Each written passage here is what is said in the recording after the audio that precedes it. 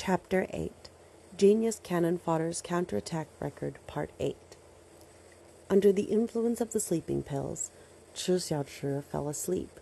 He dreamed of something that happened before he had come here. He was an actor, doing quite well for himself. The year he'd turned 26, he'd won 2 International Competitive Feature Film Festival awards, 1 Best Actor award, and 1 Best Supporting Actor award, and 3 Gold Awards for domestic movies.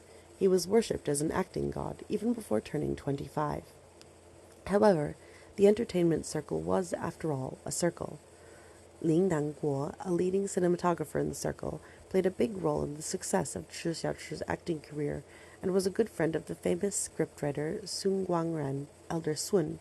The niece of Ling Nangguo's acquaintance wanted to put on a stage play, and thus found Xiao to star in it in such a roundabout way.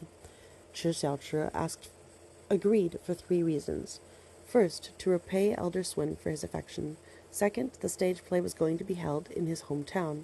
Third, he had a free period. When he arrived at the theater, Xiao took off his sunglasses. This theater is so old, it's so dilapidated. This mouth of Xiao's had brought him no shortage of troubles.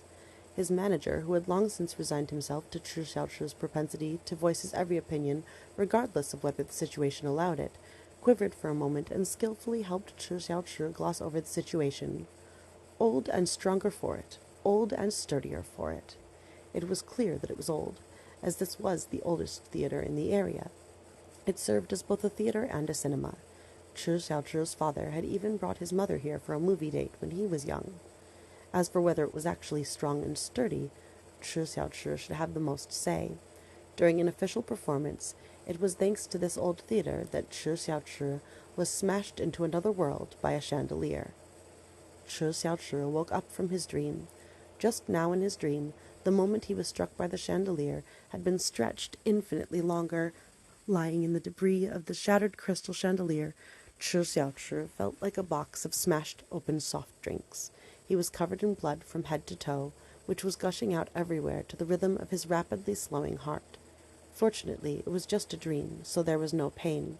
The spectators in the theater had probably never expected to see such a rare spectacle when they bought tickets for the performance. They got up from their seats one after the other, some stepping up on stools and digging out their phones to record the event.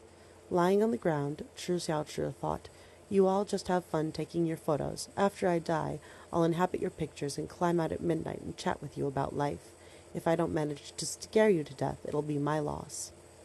As he lay there, he twisted the neck he could no longer feel. The old theater had many problems with its layout. Several support pillars happened to obstruct the view of the audience sitting behind them, making them stretch their necks just to get a clear view of the stage. Therefore, the price of the seats behind the pillars was much cheaper than all the other seats.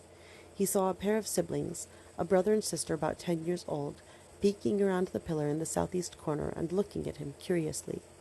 Xiao's eyes widened. The scene before his eyes blurred before coming back into focus.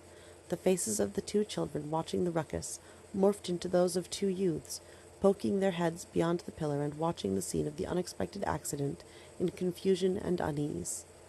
Xiao's fingers twitched. He mumbled soundlessly, "Lo ge." The girl still wanted to watch, but when her parents behind her called out, the boy reached out a hand from behind her to cover her eyes and took her away. Xiao struggled to speak through ragged breaths. "Lo ge, don't go. Don't go." In a final burst of strength, he struggled to pull half of his body out from under the shattered chandelier, accompanied by the clinking of broken glass. Then he woke up. After waking up, Xiao pulled out a slender cigarette and placed it between his lips, not lighting it, but merely holding it in his mouth. The system said, "It's 3:30 a.m. You've only slept for 4 hours." Xiao said, "Sleep my ass. Let's get up and get high." The system, "It's over. He didn't get enough sleep, and now he's gone crazy." Xiao suggested, "Let's put on a movie and watch it together." The system replied helplessly, "You should be sleeping." Xiao hopped off the bed. "As long as I've woken up, it's morning." The system, "Fine." Cheng Jian was really considerate of his younger brother.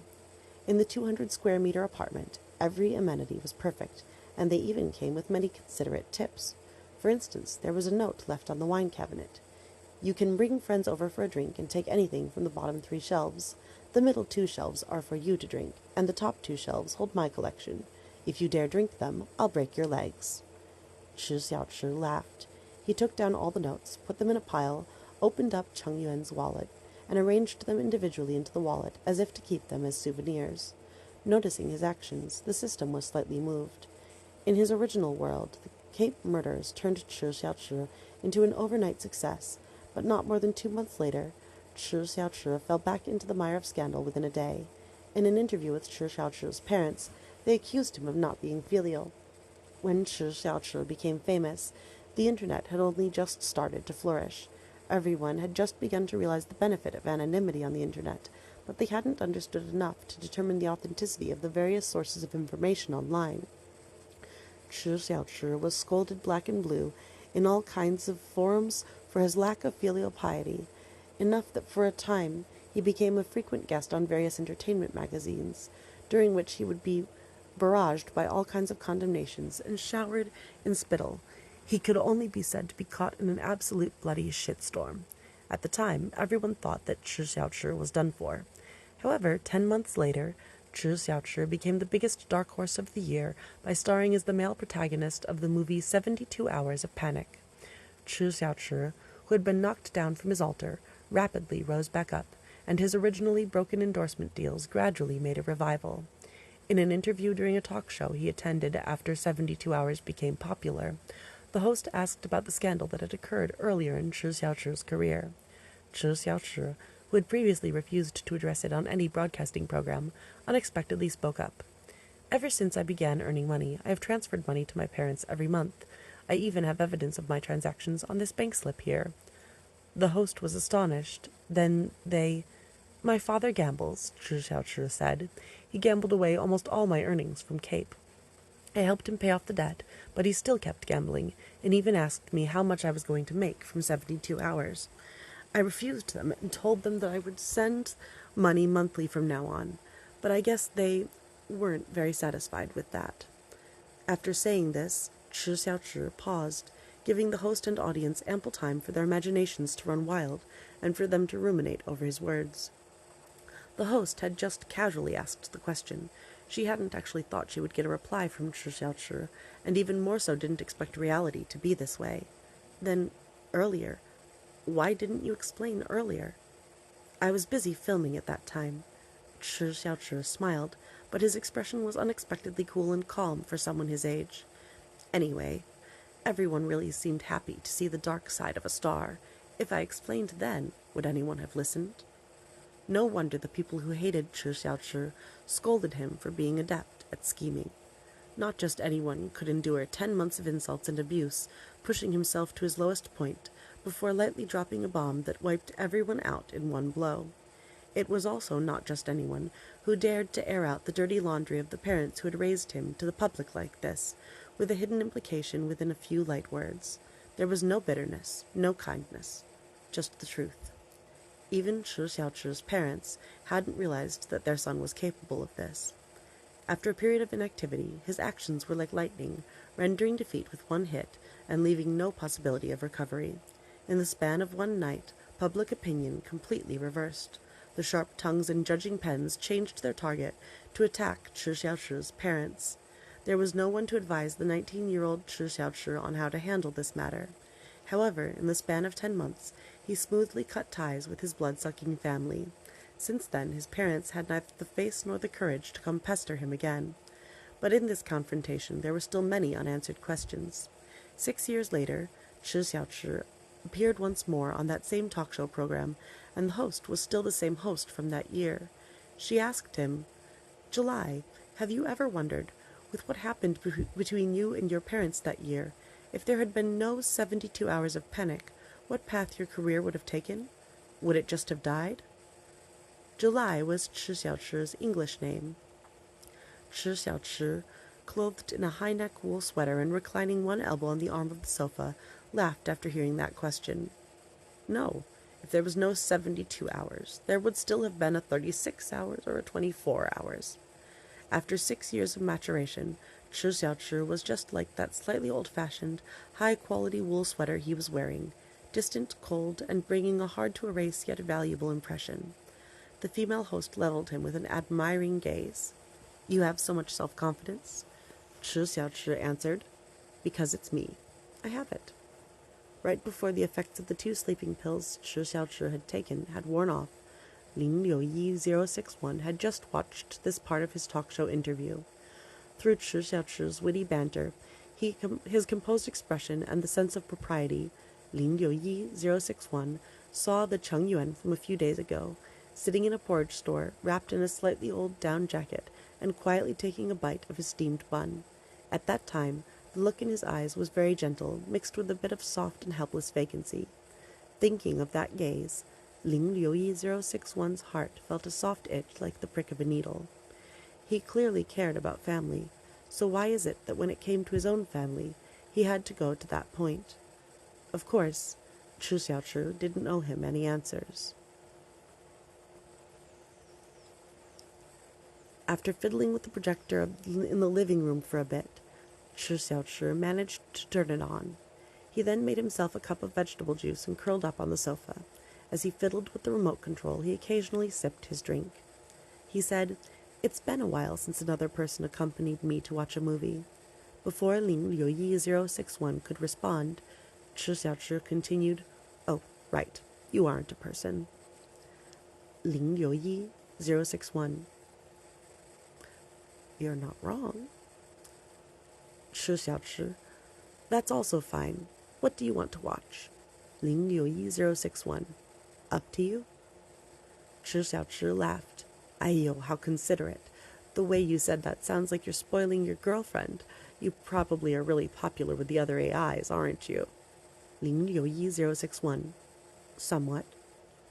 Ling Liuyi 061's answer wasn't wrong.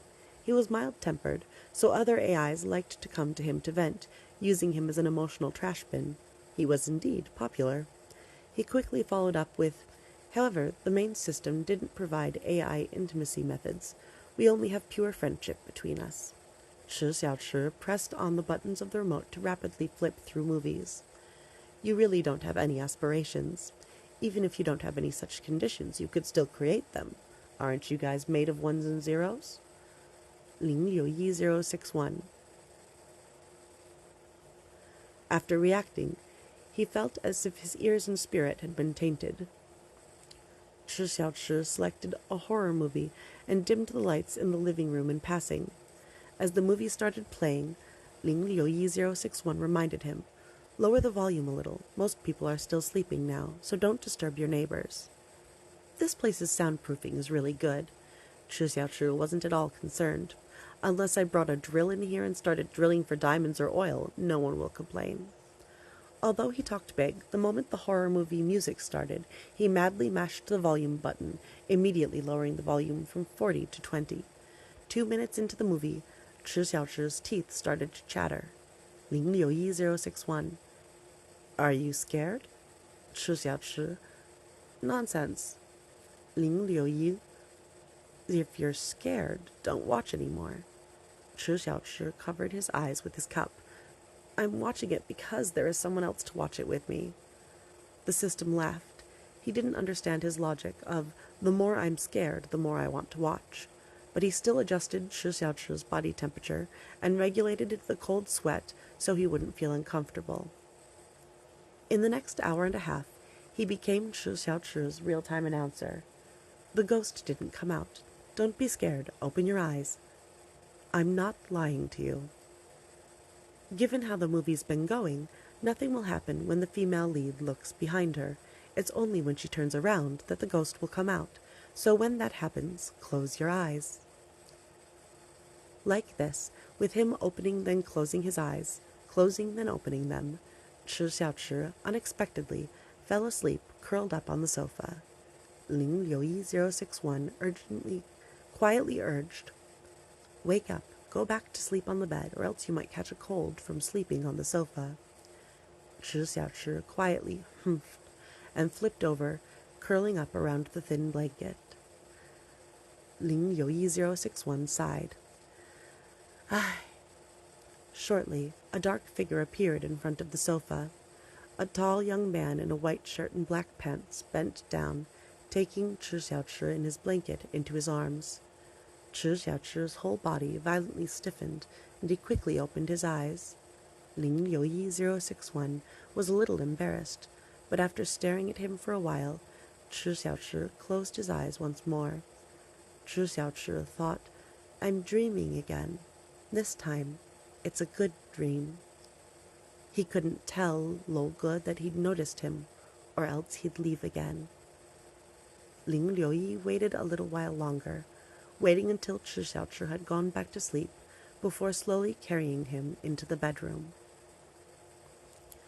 While Xiao was living a comfortable, cozy life, Yang Baihua's thoughts were in turmoil. Returning home exhausted, only to find that there was no hot soup and rice awaiting him, just a cold pot and cold stove, Yang Baihua was increasingly unhappy. He moved out to that childhood friend's home already?